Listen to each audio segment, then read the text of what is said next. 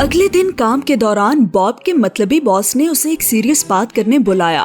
وہ بہت غصہ اینگری تھا باب پر، مگر باب کا دھیان باہر ہونے والی ڈکیتی پر چلا گیا. وہ مدد کرنا چاہتا تھا مگر اس کے باس نے پرواہ نہ کی. اب باب آ گیا غصے میں، اینگری. اس نے اپنے باس کو پکڑا اور دیوار پر دے مارا. ظاہر ہے باب کو اسی وقت نوکری سے نکال دیا گیا. جب باب پہنچا گھر ہوم، وہ یہ دیکھ کر چونک گیا کہ اس کے بریف کیس میں ایک کمپیوٹر چھپا ہوا تھا. یہ یہاں کیسے پہنچا؟ اس نے اسے آن کیا اور پراسرار عورت اسکرین پر نمودار ہوئی. اس نے اسے ایک ہیرو، مشن اور بہت سارے پیسوں کی پیشکش کی. باب جو ابھی ہی نوکری سے نکالا گیا تھا وہ بہت خوش ہوا اور اس نے ساری تفصیل لکھ ڈالی. مگر بجائے اس کے کہ وہ اپنی بیوی سے سچ بولتا، باب نے جھوٹ بولا اور کہا کہ وہ آفس کے کام سے جا رہا ہے. جب صبح ہوئی، باب نے چھپ کر پہن لیا اپنا پرانا مسٹر انکریڈیبل کا سوٹ. وہ سوار ہوا ایک ایئرپلین میں اور چل پڑا ایک دور دراز جزیرے کی طرف. اس ایئرپلین پر میراج پراسرار عورت نے اسے مشن کی تفصیل بتائی. اسے اومنی ڈرائیڈ کو ڈھونڈ کر ختم کرنا تھا، یعنی دنیا کی سب سے طاقتور روبوٹ کو. ظاہر ہے یہ مشن تھا ایک اہم راز، ٹاپ سیکرٹ. جب وہ اترے، اومنی ڈرائیڈ روبوٹ نے مسٹر انکریڈیبل کو چونکا دیا اور اس پر حملہ کر دیا. مگر مسٹر انکریڈیبل طاقتور، اسٹرانگ تھا. اس نے بھی ہار نہ مانی اور دھوکے سے اومنی ڈرائیڈ کو اس کے ہاتھوں ہرا دیا. جب وہ واپس پہنچا گھر ہوم، مسٹر انکریڈیبل کو بہت اچھا گڈ لگا.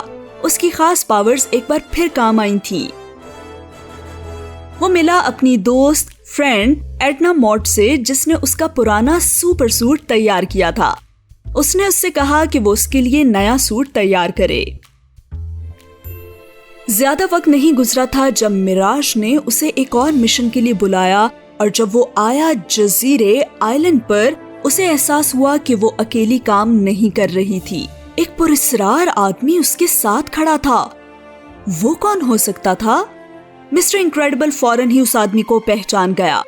وہ اس کا فین بڈی تھا. مگر بڈی اب اس کا فین نہیں رہا تھا. وہ اپنے آپ کو سنڈروم کہتا تھا.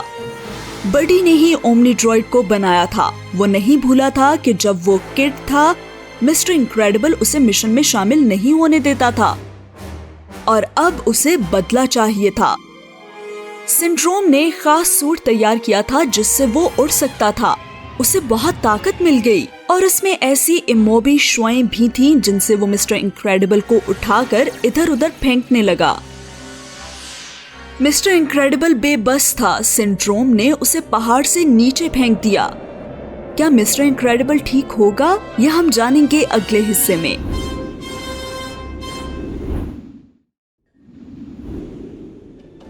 خوش قسمتی سے جب مسٹر انکریڈیبل نے پانی میں چھلانگ لگائی، وہ بچ گیا. مگر سنڈروم نے ہار نہ مانی. اس نے پانی میں ایک بم پھینک دیا. مسٹر انکریڈیبل بچ نکلا اور پانی کے نیچے ایک غار میں چھپ گیا. وہ محفوظ تھا.